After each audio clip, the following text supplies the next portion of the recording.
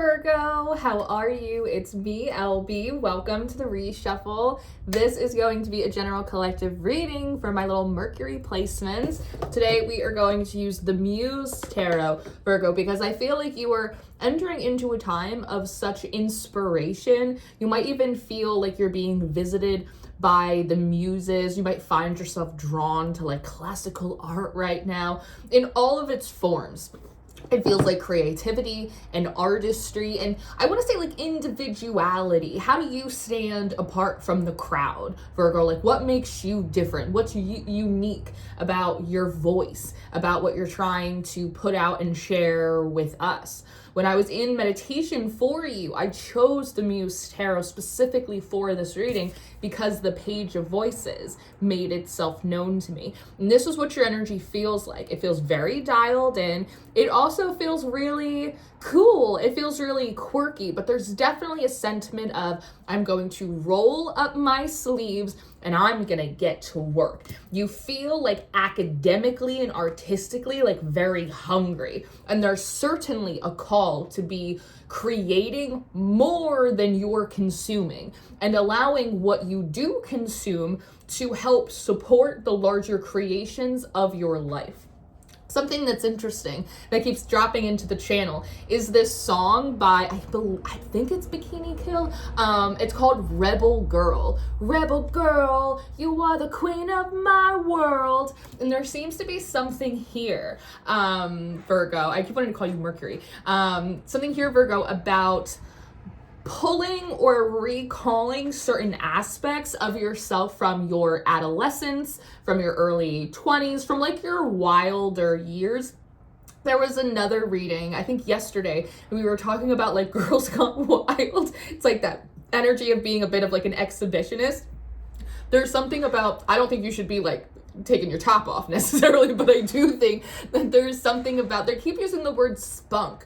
Like you had more spunk, like you had more spirit, and like you had, I don't know, like the audacity to have an opinion about something, the audacity to like stand by your artwork, the audacity to like, I don't know, hold space for what you believe in. It's like, I don't know, you just had more like backbone. And I'm sure, you know, when we're young, when we're teenagers, when we're in our early adulthood, when we're in our 20s, we got nothing but attitude and audacity, and we ain't got a lick of experience to back it up a lot of the time. Not all the time, but a lot of the time. And so there's something here about like, yeah, Virgo, like if you look back, you had a lot more spunk, you had a lot more confidence, you had a lot more drive and hunger. Like you were much, I would say like you were much more like confrontational. Like you weren't afraid to like get in the face of life and like tell it what you wanted.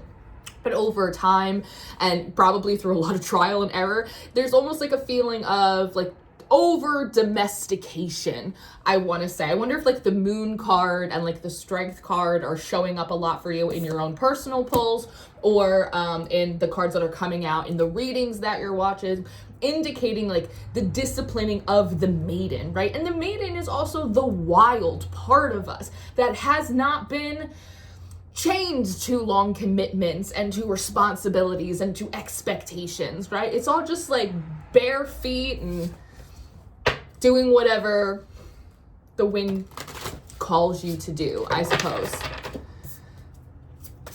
There's something else that was coming through. Oh, yes. So there's also, there's like a lot of more modern like songs and movies, again, like Bikini Kill, Rebel Girl. You might actually want to create a playlist, Virgo, of songs that really used to like get you going and get you like hyped up when you were between like, I don't know, like 16, 18 to like 24. There's something about like that period of time, that aspect of you wanting to be reintegrated into the present, not necessarily with the naivety, with the sloppiness, with the mistakes of your youth, right? But with all that fun, with all of that color. Because what they were also showing me was this scene in The Princess Diaries. So I'm not sure if that movie has an Easter egg for you. There's something special in there. There's also very much of like a rags to riches. Mercury as an entity, as an archetype, as a deity, is very much of like a trickster energy. And I often correlate Mercury to chipmunks, like Alvin and the Chipmunks. So every time I see one,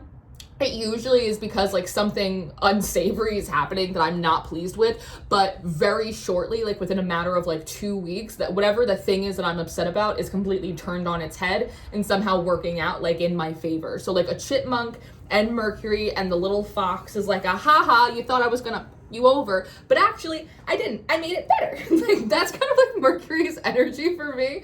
So I feel a little bit of that here, almost like in some capacity, like you have your back against the wall because there's something, I almost feel like life has orchestrated it that in some way your back is against the wall, or like you've kind of run out of options, or like you don't know what to do in some way because something like clicks into you. It's like that inner tinkerer, that inner like, because when you're thinking about it, when you're 18, when you're 22, you don't have money, you don't have experience, you don't have common sense, you don't have anything. No one takes you seriously, no one cares what you have to say.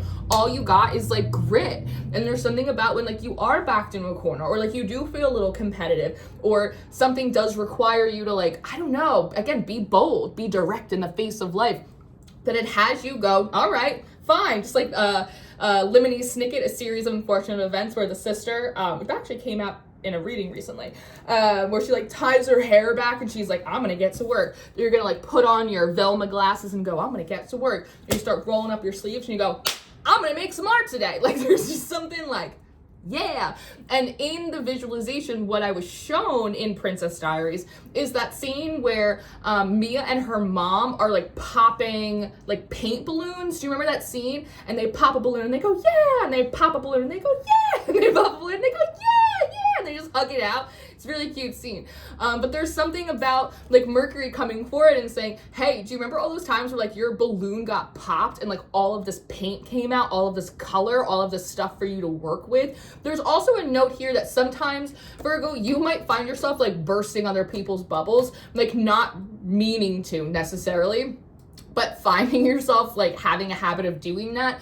But it's worth considering that like when you pop their bubble, don't go around intentionally trying to do that to people. But like if you just so happen to like do that, there's almost a feeling of they'll notice after the fact that like you actually introduce like a lot more color into your life. Like there's, it's like a side note, but there's, I wonder if you're wondering like, am I too hard on, am I mean? Like, am I saying shit that's like rubbing people the wrong way? Like there seems to be like a, I want to say like a social disconnect. It's like I come with good intentions. I'm just being honest. I'm just speaking my piece. But it's like there's something about like how you're showing up or how you're communicating that feels like it's like rubbing people the wrong way. On one hand, be mindful of that. Maybe work on it a little bit, like your bedside manner. But on the other hand, like there is an aspect. There are many, many instances, Virgo, where like you're actually sent in to burst people's bubble. Mercury acts as the messenger, right? And so there, I feel like, okay, talk to me.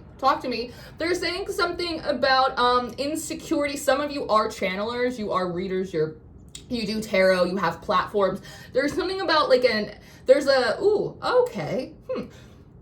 insecurity or a lack of confidence around the messages that you may feel guided to deliver to others, because maybe it does burst their bubble, or maybe it conflicts with a popular narrative that's like in the collective, or it's different than what you see the other energy channelers or tarot readers or mystics or witches or whomever, the prophet, whatever, that they're doing. And there's something here about like, could you please stop insulting us? And like second guessing every single message that comes through your channel, because it's really like slowing down like production. And they're showing me as that's happening, I see a gigantic hawk that's flying through the sky. They're also giving me the image of I Love Lucy, who can't keep up with like all of the chocolates that are coming, so she just starts shoving them in her mouth. And so there's something about like the suppression of divine messages. There's something about allowing a backlog of messages, or for some of you it's like spiritual homework, like that spiritual bath that you need to do, or when they told you to sprinkle salt in that spot, or when they told you to pull out your limes, or when they told you to do this prayer. Like there's something about like a backlog, like I don't like the way it sounds because I'm a Pisces, so I like to do my own thing, but there's sort of a, can you please like do what you're supposed to do when we ask you to do it? Because there seems to be an intention to like get you to like over the hump in some way, to get you to like something, I would say like something real, like a completed project, or like an actual offer and invitation, something that is tangible and not just in the head, but it requires you to do a certain amount of like energetic clearing. There's something magical that like needs to occur. It's a combination of like a cleansing of old energies, a reopening to new perspectives, leaving room for magic. Like there's levels to it. It's kind of like a little Rubik's cube, and so you might be getting like these separate pieces of guidance that don't make sense because you're not seeing how they play into like the larger picture of removing some kind of professional and financial blockage. Because for some of you, the message is, yes, you are supposed to be making a living off of your art, off of your writing. Yes, it is 1,000% okay as an artist to have a regular schmegular job in order to have stability so while you make your art. But some of you know, it's almost like you know good and well, like something, I actually feel a grandma energy, you know good and well. Almost like there's someone in your family that is supposed to be like a famous writer or like a filmmaker. The impression is we don't even fucking care who it is, but somebody in this family line has to do it. And the feeling is you know good and well that you're the most qualified for it. You know good and well. I don't know, did you have like an ancestor or something that used to talk with their hands with this? This feels for me like a very like masculine thing, but it feels like it's like a feminine energy that comes in like this. But it's like, you know good and well you're supposed to be making good money off this. You know good and well you're supposed to be doing that. And so there is a desire and there's an acknowledgement. Yes, we do put pressure on you. Yes, we do have expectations of you. Yes, you can do better than this. Roll up your sleeve. Like there's a little bit of that's going on, right? And so I think that's part of like that adolescent energy that's like, come on, mess with me. You know, it's like dogs when they want to play, like puppies in the pile. There's like a little bit of that because I guess, again, we're more prone to like, what you say to me when you're young, right? Because like your ego is like just more important. And so you may find yourself right now, Virgo, in moments where you are like being poked, like, oh, no, you can't do that. No, Virgo's tired. And you're like, I am tired. No, I'm not. And you like get yourself in. They're pulling your strings a little bit, but it's kind of to get you to move. Because again, for a lot of you, you are intended to make a living out of your art, that whatever it is your vocation, right, your craftsmanship is. Now, like it is supposed to like be providing for you. It is supposed to be like a real profession. You're supposed to be respected in your field. Like there's something like respected. And they're also, I'm seeing a truck as it drives by and it says ward really big. So I also wonder if, here's what I think you are intended to go through a process where you're getting a variety of pieces of different information that help you remove a larger blockage and also help to develop you into a slightly more fine-tuned instrument than you are, because you feel a little soft. You just a little rusty, like you haven't been on your game, at the top of your game for like a little while. So you got to do one of those little training montages, right? Like Hercules hopping over the monster, whatever. Your little meditations, your little Rocky Balboa. Pick your montage, but you're going to go through like your little training montage. 455 also might be important for you, number wise, in order to kind of like get back to like being at the top of your game, get back to being like a really sharp, fine-tuned instrument. But I think you have all of these, take this weird little spirit bath, go feed the birds, go write in this journal. It's like all of these little pieces and you're like, I don't have fucking time for this, Mercury. What are you doing? Do it, because they add into this larger process of removing this big blockage and bringing you into alignment with the thing that you want. But that truck that's saying ward coming down the street like a bat out of hell, that's saying is potentially an issue that you have not, and I'm not saying that you didn't, but I'm saying that they're saying that you didn't protect your prosperity. Are you protecting your money? Do you have wards over your art? Do you have any kind of protections over your business, over the things that you're trying to call in? Because that is made a note as well. Like you're calling stuff in, but you're calling in with no protection. You're calling in with no covering. You're calling in with no wisdom, no guidance, no nothing. You're just calling it in. What am I supposed to do with that? Do you know what I mean? And so this is, again, where the page of voices comes in. That's like, oh. I understand. Okay, yes. Okay. And then all of a sudden, it's like I see like the little dots like in your head start to connect, like the math equations start like completing themselves. And you're like, I understand what I need to do. So that's like primarily, yeah, with the 10 of inspiration at the bottom, all of a sudden like getting their ducks in a row. This feels like all of the different parts of you starting to come together. It's likely you're going to see the 5 of Wands coming out in reverse as you move through this process, showing the different aspects of you that are pulling in 1,000 different directions coming together into one direction. And then you'll likely start to see the Chariot. Does that make sense? So as I said, you'll probably see cards like the moon indicating that like evolution, that development, a return to the wild. So that way we can refine ourselves at like a higher level, almost like an archer pulling back that bow. And then you'll see cards like the 5 of Wands in reverse. And when that work is done, you'll start to see the Chariot. Very good? Very good. So Virgo, this is what I have for you. I hope that this one's helpful. It's always fun to do Mercury readings.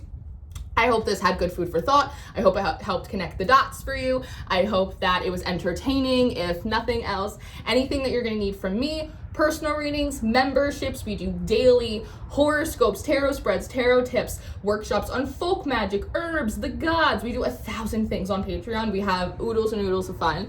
And all of my social media links, Substack, that's all gonna be linked below for you. I love you very much. Thank you for hanging out and holding space with me, and I will see you next time. Goodbye.